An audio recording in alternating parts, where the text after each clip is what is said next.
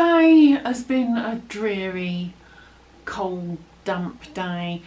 It's one of those days where I didn't really feel like doing much but being a homebody and just pootling along. So what better than to do my Christmas cake.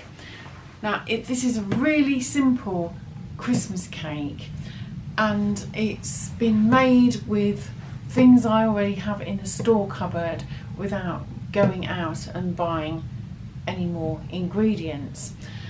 And it's based very loosely on a Nigel Slater recipe from this book, and I really use the recipe like a blueprint. Over the years I have made it more my own recipe.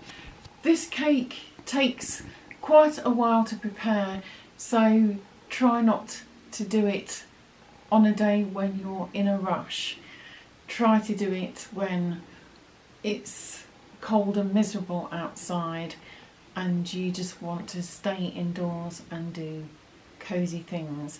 So I hope you enjoy making it and eating it as much as my family and I do. Thanks for watching. Bye.